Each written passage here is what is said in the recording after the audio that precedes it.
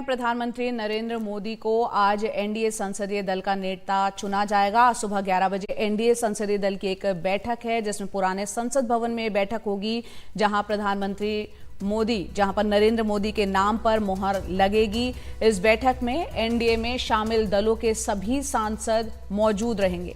इसके बाद एनडीए में शामिल दलों के वरिष्ठ नेता नरेंद्र मोदी के साथ राष्ट्रपति से मिलेंगे और सरकार बनाने का दावा पेश करेंगे। 9 जून को नरेंद्र मोदी प्रधानमंत्री पद की शपथ लेंगे। इसके अलावा एनडीए की भी आज एक बैठक है। कई यहाँ पर एक के बाद एक अब बैठकों का सिलसिला क्योंकि शुरू होने जा रहा है। जो बैठक है बाद में 11 बजे के बाद जो दोबारा बैठक है उसमें सभी लोकसभा सांसद, बीजेपी और एनडीए शासित राज्यों के सभी मुख्यमंत्री, उप मुख्यमंत्री, विधानसभा में सदन के नेता, सभी बड़े नेता इसमें शामिल होंगे।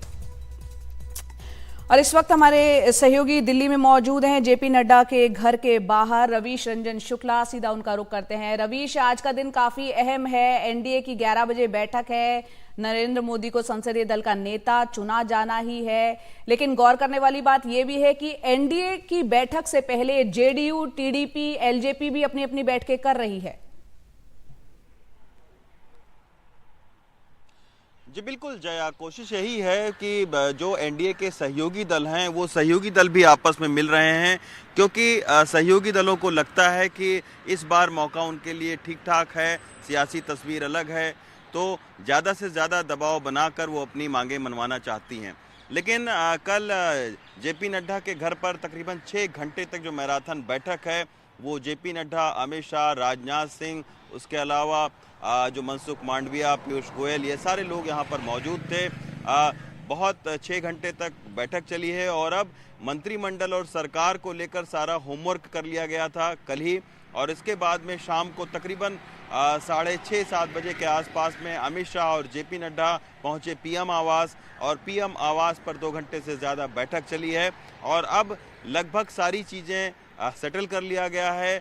अभी तक सूत्रों के हवाले से जो खबर आई है उसके मुताबिक यही है कि जो भी सहयोगी दल हैं एनडीए में उनको उचित प्रतिनिधित्व दिया जाएगा। ये भी खबर आ रही है कि रक्षा, वित्त, गृह, इन मंत्रालयों को जो है वो बीजेपी अपने पास रखना चाहेगी। उसके बाद में जो भारी उद्योग है, सड़क है, उड्डयन है, कानून है, ये सारे जो मंत्रालय हैं वो सहयोगी दलों को दिया जा सकता है। रेलवे का भी जो है ये अगर सहयोगी दल ज़्यादा दबाव बढ़ाएंगे तो हो सकता है कि रेलवे में भी उनको हिस्सेदारी दे। फार्मूला जो तय हुआ है उसके तहत ये है कि जो टीडीपी है उसको सूत्रों के हवाले से खबर आ रही है कि उसके 4 लोग सरकार में शामिल हो सकते हैं। जेडीयू की जहां तक बात है तो सूत्रों के हवाले से बताया जा रहा है कि 3 लोगों को मंत्री पद दिया जा सकता है। चिराग पासवान की अगर पार्टी की बात करें तो उनको 2 पद मिल सकता है। तो इस तरीके से एक फॉर्मूला तैयार कर लिया गया है और अब प्रधानमंत्री का विशेषाधिकार होता है कि वो किसको अपने मंत्रिमंडल में रखते हैं कि नहीं। कल हमने एनडीए के सहयोगी पार्टियों की जो नेताओं के बयान हैं उनका भी इसी ओर इशारा था कि उन्होंने कुछ डिमांड नहीं की है, लेकिन अगर प्रधानमंत्री का ये विशेषाधिकार है कि वो किसको रखते हैं।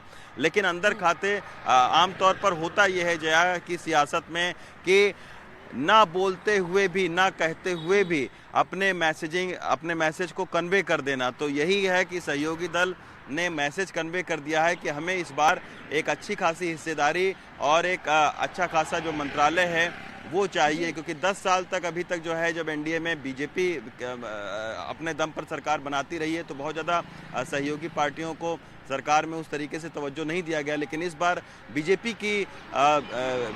को ज़रूरत है इन सहयोगी पार्टियों को, तो इसलिए लग ये रहा है कि उचित प्रतिनिधित्व बीजेपी दे रही है।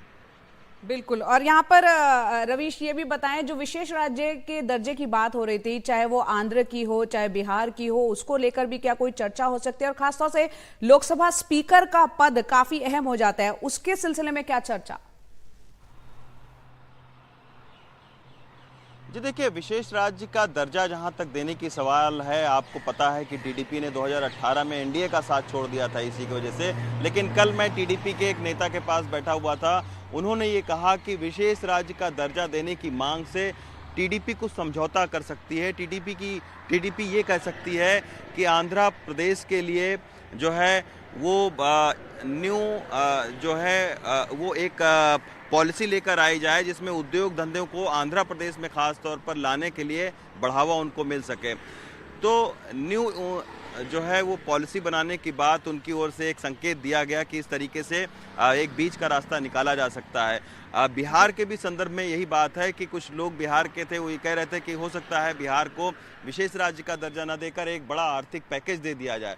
तो सरकार ये नहीं चाहेगी कि अगर जो मांग उन्होंने 10 साल तक अभी तक नहीं मानी है उसको वो उस तरीके से माने, लेकिन एक बीच का जो रास्ता है, जो बीच का फॉर्मूला है, वो जया तैयार है। बहुत बहुत शुक्रिया इस रवीश पूरे अपडेट के लिए। और यहाँ पर 11 बजे एनडीए की संसदीय दल की बैठक है, हम आपका वक्त वक्त पर रुख करते रहेंगे। तो रवीश रंजन शुक्ला ये तमाम जानकारी दे रहे थे। और आपको बता दें कि नरेंद्र मोदी एक बार फिर से शपथ ग्रहण समारोह अब उनका होने जा रहा है। बतौर प्रधानमंत्री वो शपथ लेंगे। कई खास मेहमान इस मौके पर बुलाए जाएंगे। सेंट्रल विस्टा प्रोजेक्ट में काम करने वाले जो मजदूर हैं उनको इनवाइट भेजा जाएगा। वंदे भारत और मेट्रो में काम कर रहे रेलवे के कर्मचारियों को आमंत्रित किया जाएगा। इसके अलावा ट्रांसजेंडर, स्वच्छता कार्यकर्ता, केंद्र सरकार की योजनाओं के लाभार्थियों को भी इस खास मौके पर बुलाया जाएगा। विकसित भारत के एम्बेसडर्स को निमंत्रित किया जाएगा। इसके अलावा 8000 से भी ज्यादा लोगों की व्यवस्था यहां पर की जा रही है। राष्ट्रपति भवन में तैयारियां इसको लेकर शुरू हो चुकी हैं। 9 जून को शाम 6 बजे ये शपथ ग्रहण समारोह होने जा रहा है।